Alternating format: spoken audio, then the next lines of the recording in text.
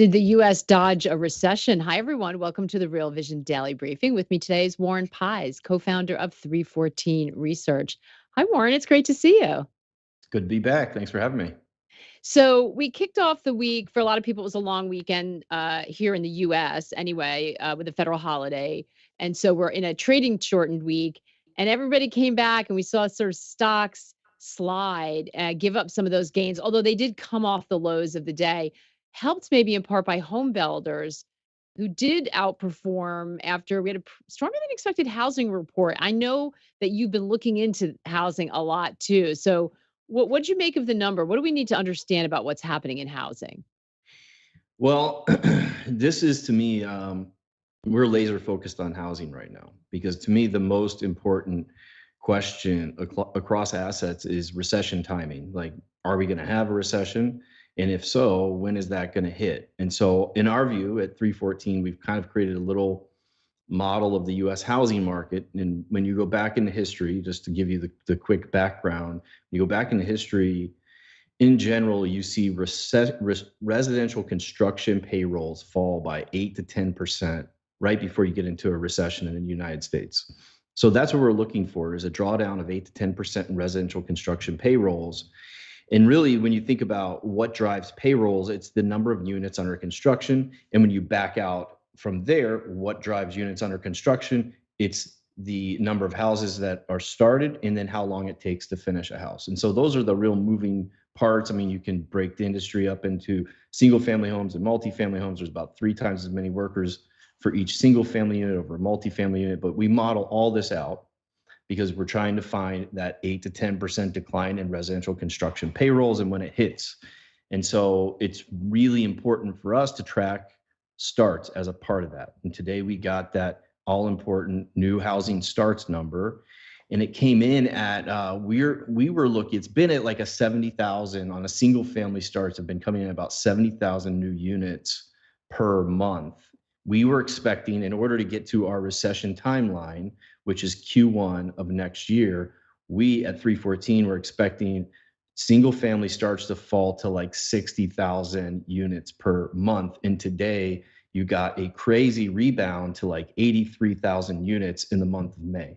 So you're way off of the trajectory that you need to be to get to a recession. So that's single family. Multifamily is less economically sensitive, but still drives a big part of that residential construction employment. And we've seen a divergence in the economics of multifamily and single family over the course of this pandemic. So multifamily is not as shocking, but it still went from like 45,000 units a month to 52,000 units in May. So on single family and multifamily, today was just a head scratcher if you're a recession watcher and you're an economic kind of timer, which is obviously a big part of macro investing. So that to me was the big news of the day. That's so interesting. What do you think is driving that strength? Why are we seeing a rebound? Well, there are a few theories. I think the number one theory is just very supply constrained, and so the whole golden handcuffs concept, the idea that mortgage rates, have gone up so much, and that anyone who has a 3% mortgage and just can think through common sense is not selling their house. So existing home supply is very low, which puts all the impetus back on the builders and on new construction, and so that to me is the most likely culprit. When you dig into the geographic areas where we're seeing new starts, it's not the Northeast. You're seeing Midwest is kind of going crazy in this last report comparatively to other regions.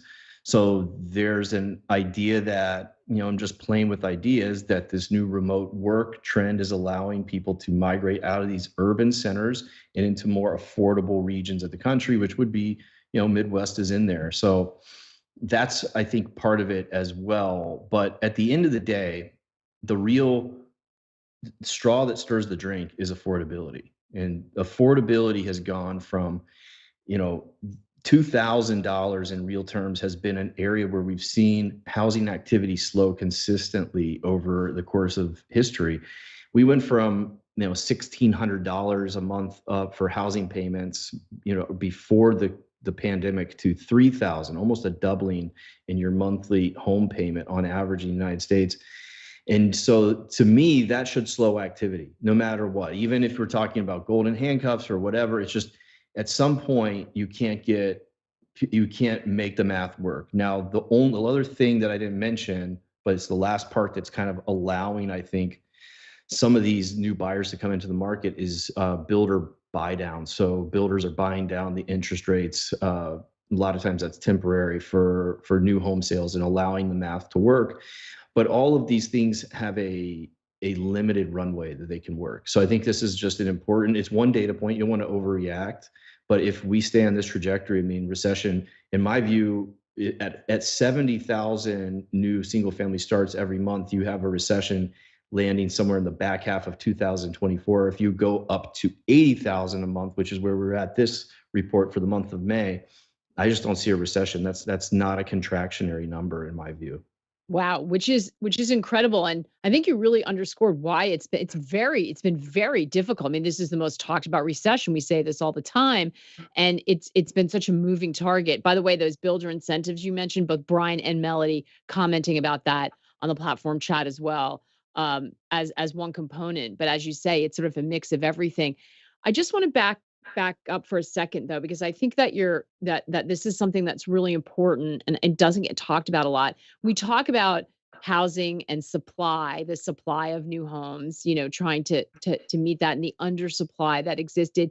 It's very interesting to me that you're really focused on residential construction payrolls. So it's sort of what's happening not so much with the supply of homes, but what's happening with the workforce that you see as really critical here. That's so interesting to me that we don't hear that all the time. Yeah, I mean, you're always looking for a leading indicator. The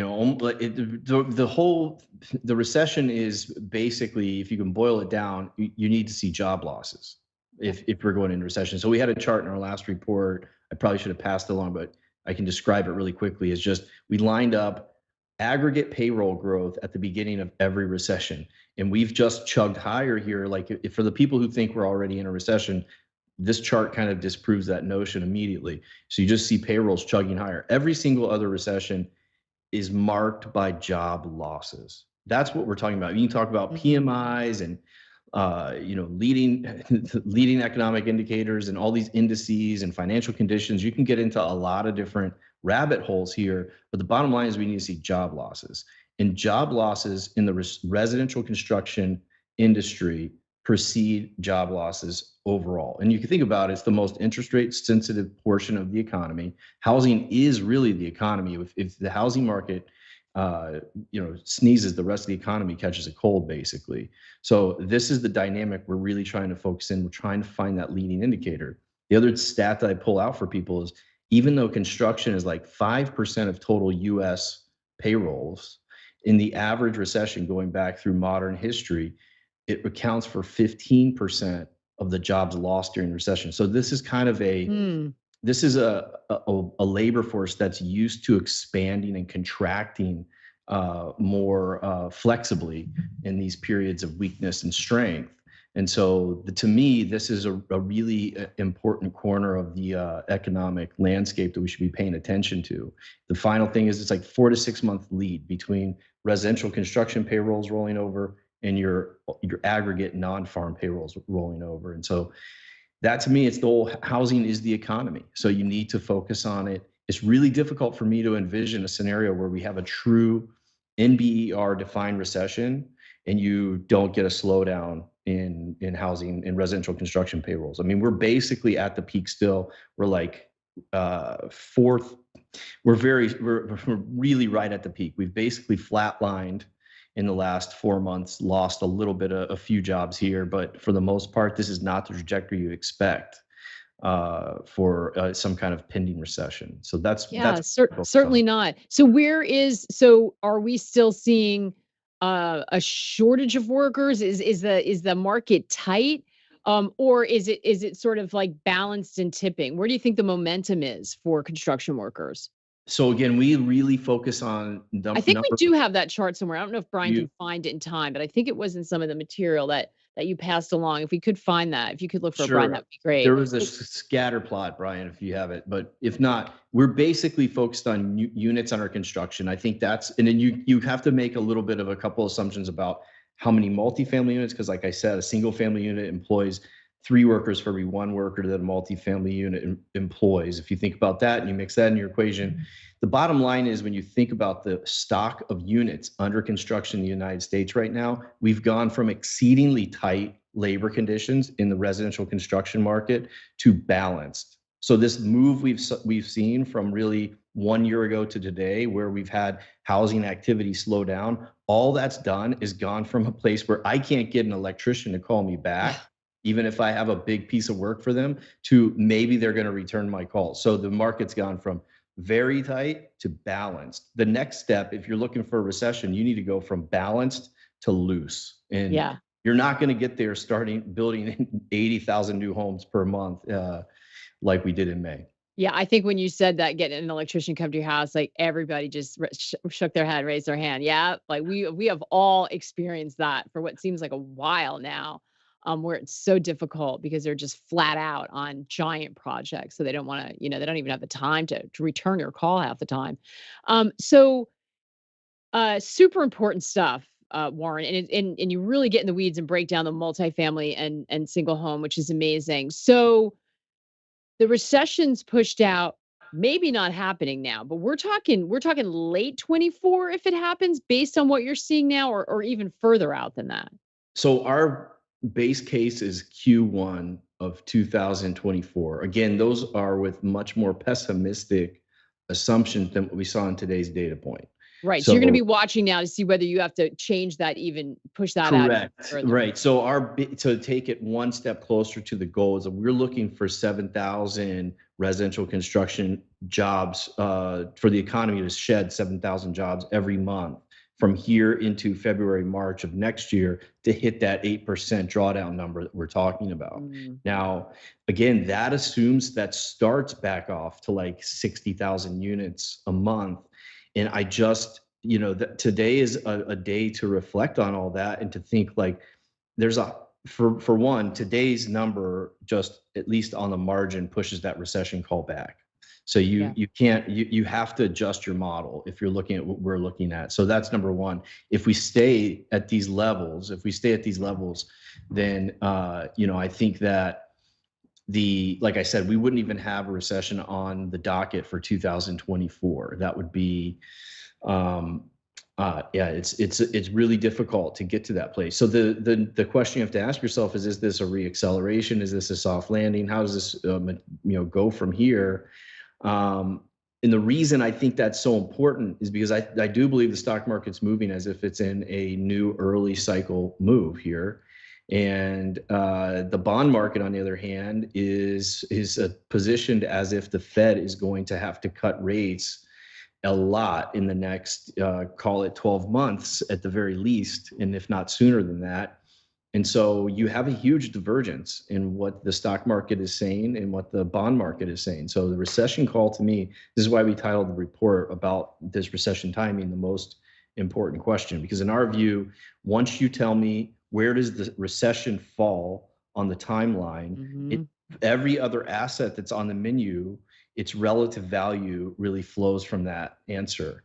And so the stock market at this point, the recent rally, I do believe, has fully baked this in. I mean, it is fully pricing. So if we did have a bad, if the economy did weaken from here, I think stocks aren't priced for it. If the economy continues to strengthen like this, I think it's very negative for the bond market. So, we have inversions, especially in the very front part of the curve, which should suggest the Fed's going to have to go in there and cut rates.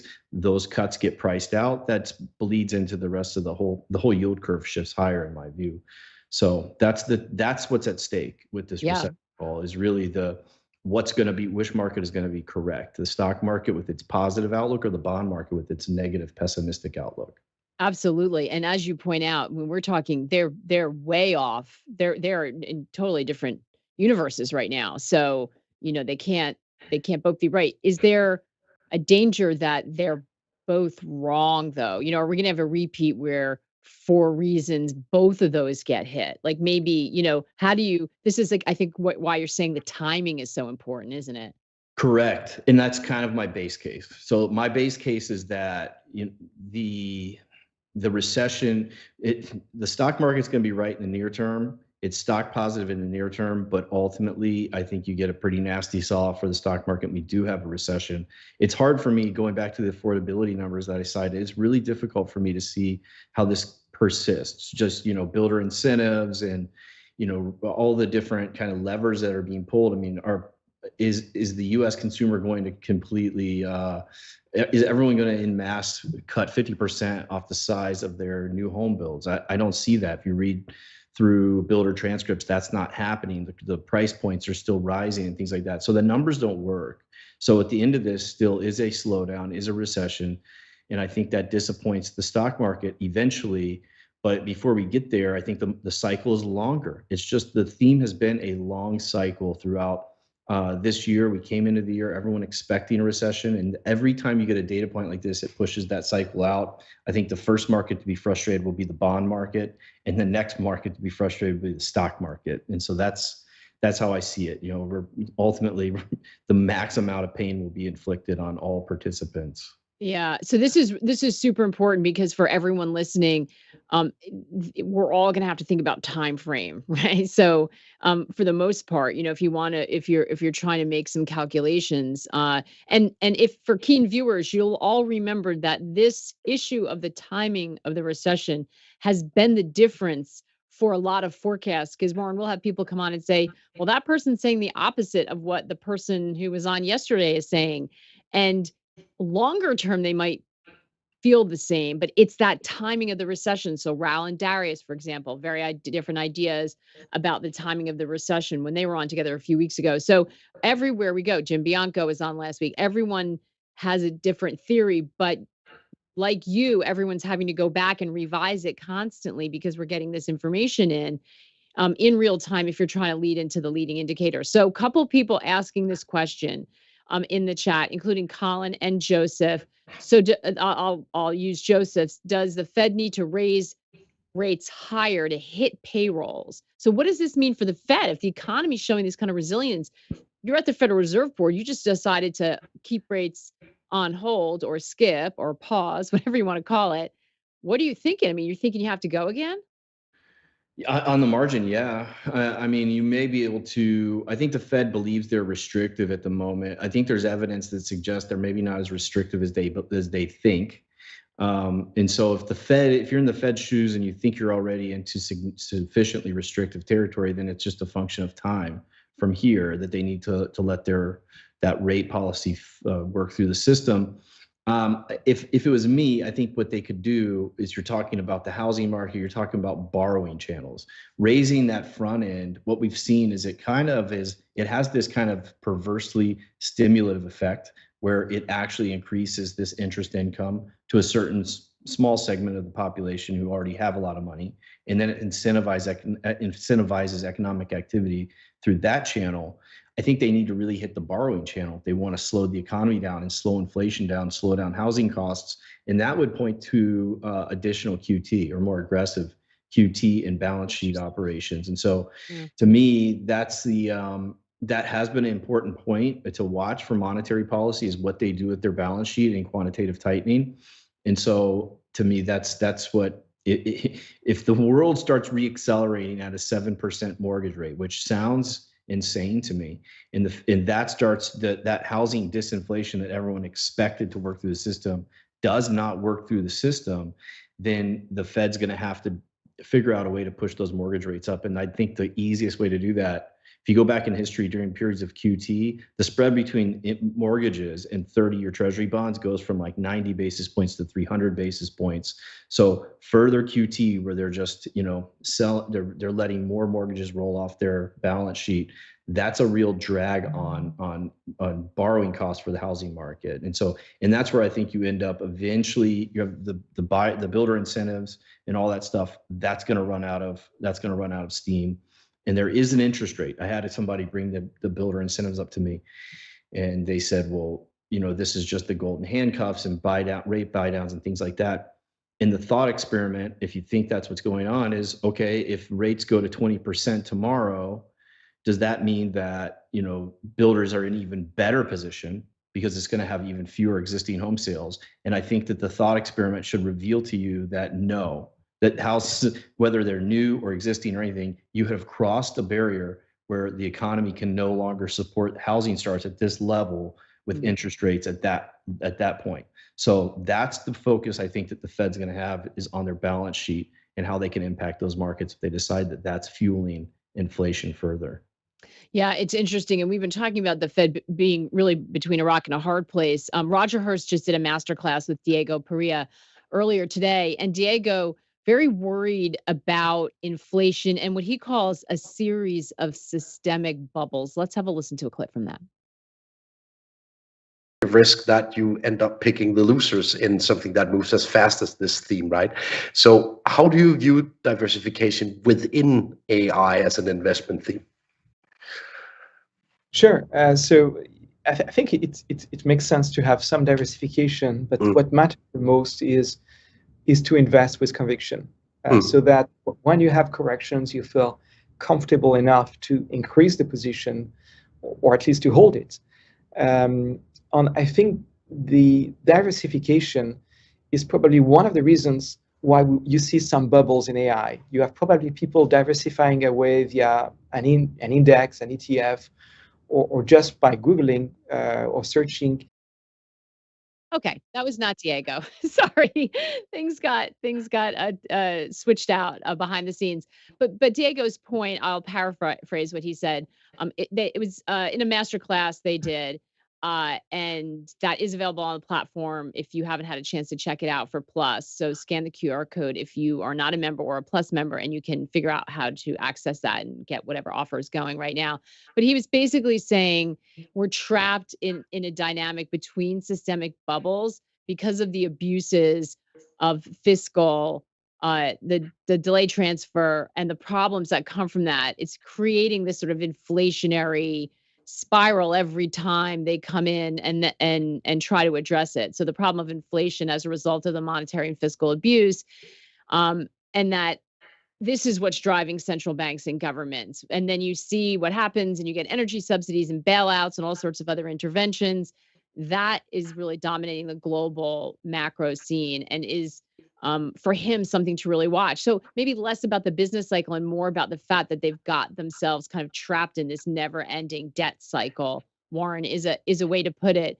I think it adds a layer of difficulty when you're trying to figure out how to look at this. How are you thinking about the Fed's fight against inflation? I mean, is that the priority? Should we still be looking at systemically about what's happening with banks, about commercial real estate? How are you thinking about that? Yeah, I mean, that sounds like a pretty big picture statement. I checked that clip out before we went on air today, and so I'm familiar with it. It's a very big picture thought, and so the big picture thought that I'm trying to keep in my mind as we navigate this cycle is just we added $8 trillion of debt in over a 2-year period or 3-year period. Basically, we've never done that before. You can go back to World War II. We've never done that before. And you have to everyone, myself included, everyone has to have a certain degree of humility about what happens next. And that, I think, has been really difficult for me. I'll be honest. It's been hard for me because we are historians ultimately. We're quantitative researchers. And in this world, a quantitative researcher, you're just going through history and you're mining the data that you have. And we all have the same little slice of history to work off of. And now you go throw a variable like this into the mix, and you add this much debt to the picture, and you impair the supply side at the same time. So you impair supply via lockdowns, and then you stimulate demand via all this spending. And fiscal spending is much more impactful than anything on the monetary side. So you have these two forces that have hit each other. And of course, you're going to have inflation. And how that spins from here is really anyone's guess. And that's why when you get a number like this, which is really a trend break in the housing world, and you say, I can go back and say, okay, we haven't had housing this expensive since the 70s and 80s. We did see it in the 70s and 80s. $3,000 real home payments. But this is the first time really in 40 years or 45 years that we've had housing prices this much, and we shouldn't be reaccelerating, but yet we are. And you have to ask yourself, am I missing something? Is that history that I'm studying too different from today to really inform my analysis? And so that's the thing that I consistently try to keep in the front of my mind, not in the back of my mind, but the front of my mind as we go through this. And so that's my kind of excellent point. process. Excellent point. And none of us knows how long it's going to take to work its way through the system, if it has or not. I mean, those are the questions that we've been asking and that we talk about all the time on Real Vision. And Jim Bianco, we talked about it with him last week, and whether some of these changes are permanent or whether they're just taking longer to work their way through the system. That was a huge, huge moment. So love that you made that point, because I think it's easy to forget because we kind of think that it's behind us, but in a lot of ways it's not. A couple of questions here. Want to ask this one, and I think it speaks to this point from TrillionX. What's your view on the end of the forbearance of student loan repayment on consumption in H2 and more economic slowdown? I mean, it's a definite drag. I think that, like, it goes back to my point. We've seen it's kind of a removal of fiscal stimulus in a way. And so that'll be a drag. I don't see it being determinative by itself, but it's certainly a drag. And so it's one of those things that it adds to part of our base case, which is that we're headed towards a recession, a contraction. Ultimately, I mean, everyone's been all over the liquidity bus. I mean, liquidity is going to be a headwind as we go forward. Student loan forbearance headwind as we go forward. And up until today, I would say housing affordability, major headwind to the economy. Those are some big headwinds. Tailwinds, falling oil and energy prices, but that can reverse. And obviously a rally in the stock market, which is kind of can feed on itself. You get that positive wealth effect. So those are some of the counterbalancing forces that I see. Question from Andrew. Would Master Pies please offer his opinion on oil and gold? You just mentioned energy prices coming down. Boy, they have. What is your outlook there? I'm an oil bull at this point. I think, especially when you take the recession off the table, I think demand is, everyone was so worried about a recession coming into the year. We thought it was a longer coming cycle, second half type of event, and we've had to revise our forecast even. So what you're seeing is, I think the way to interpret what's happening in the market, if I could offer my opinion, is that I don't think that this is a true early cycle reacceleration. I think this is a bunch of positioning getting unwound. I think everyone was too bearish on the economy and bearish on the stock market coming into the year, and those positions are being unwound. And so that's what's happening. And now we're all searching for a narrative to fit the price action. That's what my base case is, at the very least. I think part of that positioning that's going to have to get unwound is a whole bunch of short positions that got layered onto the oil market with the idea that we're going to a recession, that the US is going to fall into a recession. That's negative for oil. It's a very simplistic way of thinking. If you go through whatever, I look at like the petroleum complex futures market, managed money positions in the gas oil market, for instance, we've had hedge funds net short. That's very rare and usually occurs close to market bottom. So we've seen that, and it's starting to unwind. We've seen a lot of short positions in the US markets as well. So I think positioning needs to be unwound. I don't think the demand is going to soften this year. And so ultimately, we've had some one-off supply factors that have kind of weighed on the market, but with the OPEC cuts and the full brunt of the Saudi cuts in particular coming into effect this next month, I think we're going to get some serious upside in the price of oil. So in my view, before the year's over, we touch $100 a barrel again. Interesting. Gold. Gold was part of that too. What's your outlook? And Colin put some more meat on his gold question. Is the price action of gold telling investors fear is coming out of the monetary system? Personally, our models are bullish on gold, and I like gold. So the pause playbook is stocks, gold, bonds, like basically buy it all. And maybe I'm being too clever here, but I'm starting to doubt that playbook, because every single incremental data point we're getting says that this pause might be short-lived, that this might be a skip and not a true pause. And I do believe gold is that first asset that starts discounting a new cutting cycle for the Fed. So I think that's what gold keys off of, is ultimately it's looking out like 8 to 10 months before the Fed starts cutting rates and rallies based off of that. And I think there's been a lot of confusion and cross currents in the gold market, and that's why we've seen it's up near all-time highs. But that's why we've seen kind of this churning in the last few months.